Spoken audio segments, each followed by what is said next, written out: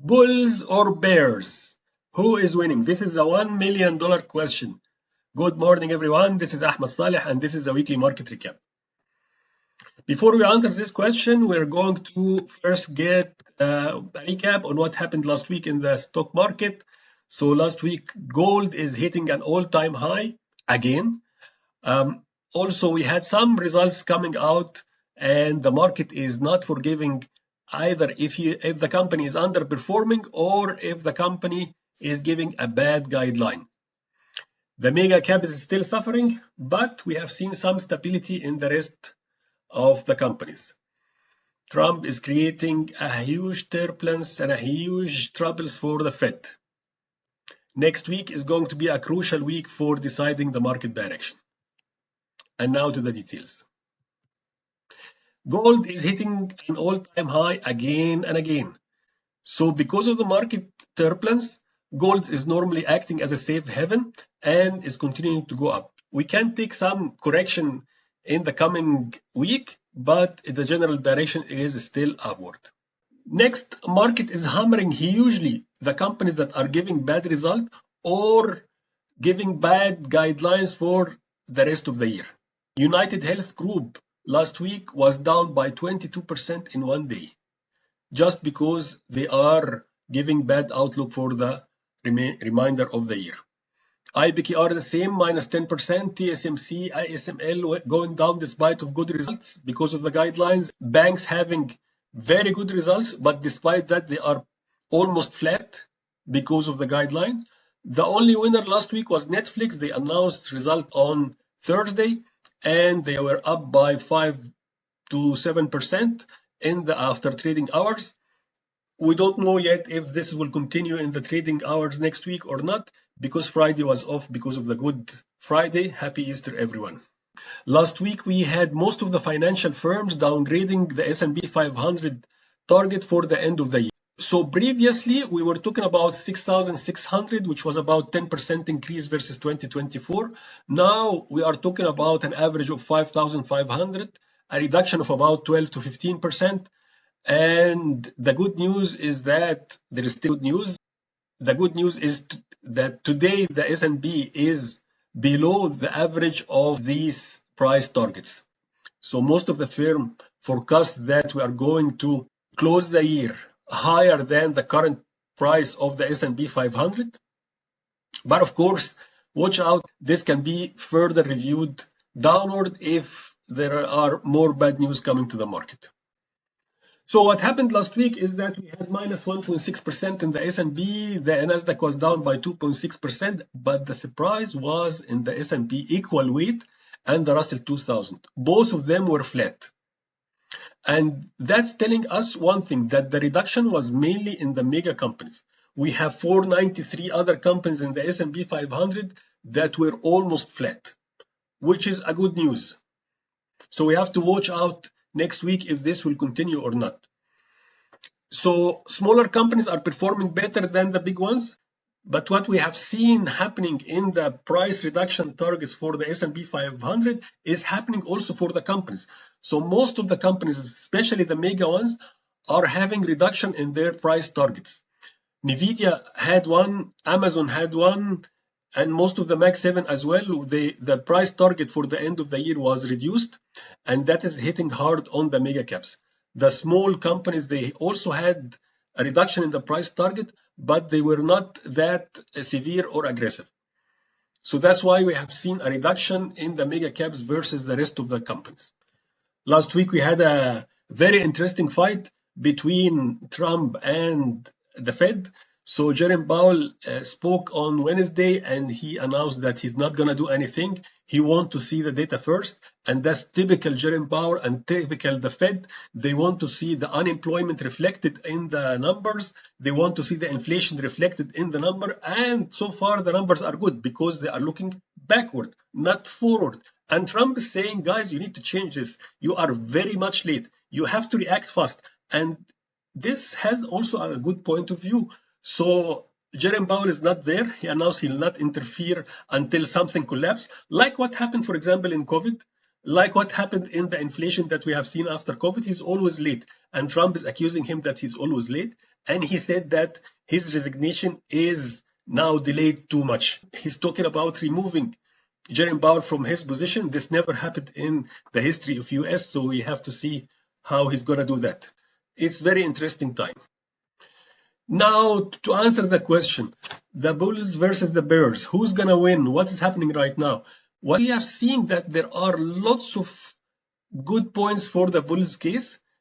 The Bulls are saying that we have already seen the worst case. We know what is the worst case, and what news that will come after that, it will be good news. Like, for example, we can have some exception. We can have some deal that will be signed with some countries. Also, we have now some very good prices for the stock market. Some stocks went down by 40 and 50%, and they are still down from the peak. So there are sales in the stock market that we can go and buy now. There are several stocks that are showing sign of bottoming. And maybe we'll have a deal with China. Maybe we'll have a deal with EU.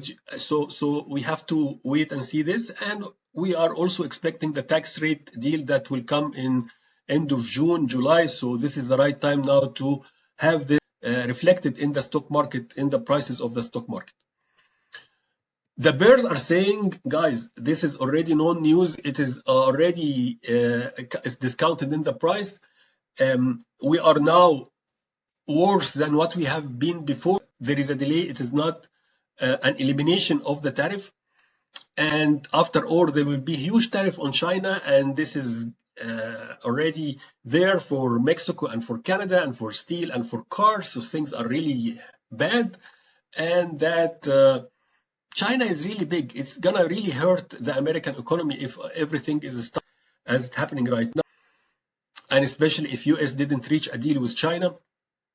And also, no one can say anything about what Trump is doing. This might not be the end. He can do a lot of surprises in the future. Some people has already lost the trust in the US economy and are getting out of US. And for sure, inflation will be higher because of the tariff, and a recession will happen. So this is the bears case. So we can see that there are really very good cases for the bulls and the bears.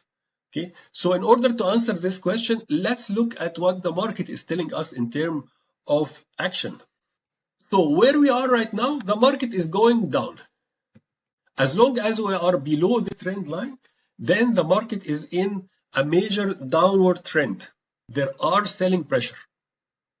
4 days of red candles. Okay, and one day, even in Wednesday, we had a gap down because of the fight between Trump and Powell. So next week we have to see really what will happen, because we have seen a very big rally upward, and then we have seen a correction of 5%. So the rally up was 10%, the rally down was 5%, and then we are rebounding from this rally up again, and then we are going down. Already the investors are accounting for this news, and we have to see what will happen next week. It's going to be a very crucial week to decide on the market direction. Next week, we have many companies that are going to announce results, especially 2 of the Mag 7 will announce next week. We have Tesla that is going to announce Tuesday after the close, and we have also Google that's going to announce Thursday after the close. We have many other companies that are important, like GE and GE Vernova. We have VRT, we have AT&T, we have Boeing, we have Chipotle, ServiceNow, we have American Airlines, we have Merck, we have PepsiCo, Intel, and we have ABBV. These are the important companies that are announcing next week, so it can decide on the market direction, because what is important is the guideline that this company will say, because the forward guideline is going to tell us if they are expecting high prices and lower margins, which are going to affect their profitability. So that's very important to see what are the guidelines of these companies. My trading strategy for next week, again, some of my portfolio will be in cash and some in gold and silver and Swiss franc. And then I'm going to test if there are some opportunities in the stock that were hammered. And there are also some resilient stock. Check these companies, COR, AHR, and ROL, and you will see what do I mean. They are at all-time high today. So maybe they are resilient, maybe they are going against the market. also it's not a bad idea to take a position in one or two of these companies. The stock of the week is GRAIL, GRAL. It went up by 17% last week. We can see that it already broke the downward trend line. If you remember, the 4 days last week of the S&P were all red candles. This is the opposite. 3 out of the 4 candles are green. So it's very good sign that this stock is going opposite to the market direction. The MACD is giving a positive signal. We can see the histogram is above. We can see the intersection between the MACD and the MACD line. And there is also a divergence in the MACD. You can see that this bottom caused this bottom here in the MACD. But this bottom, which is lower than this bottom, is having a higher bottom versus this one in the MACD. Okay, so this is what we call divergence, lower bottom on the stock, higher bottom in the MACD. This is called positive divergence, and it's normally a good indication for the stock. What I don't like about this stock is that the volume is going down. The stock is going up and the volume is going down. This is negative diversion. And what we need to see for this stock is one day that is going up with a higher volume. If we see this, then this is a signal to go in the stock and buy. You can identify there are several stocks that are performing on the same way. Maybe last week the volume was down because of the holidays. So we have to see next week if the volume is going to go up. If the volume went up and this is reflected in the price, then it's a signal to sign for this stock and similar stock. All right. So that was it. Thank you very much for watching this video. If you like the video, please press like and share it with your friends. Subscribe to the channel. And I remind you that I had a speech with Kareerakhdar. I will put the link at the end of the video. And just a reminder, this video and all the other videos are for educational purpose only. It's not a recommendation to buy and sell or make any investment. Any investment you make is at your own risk. Thank you very much.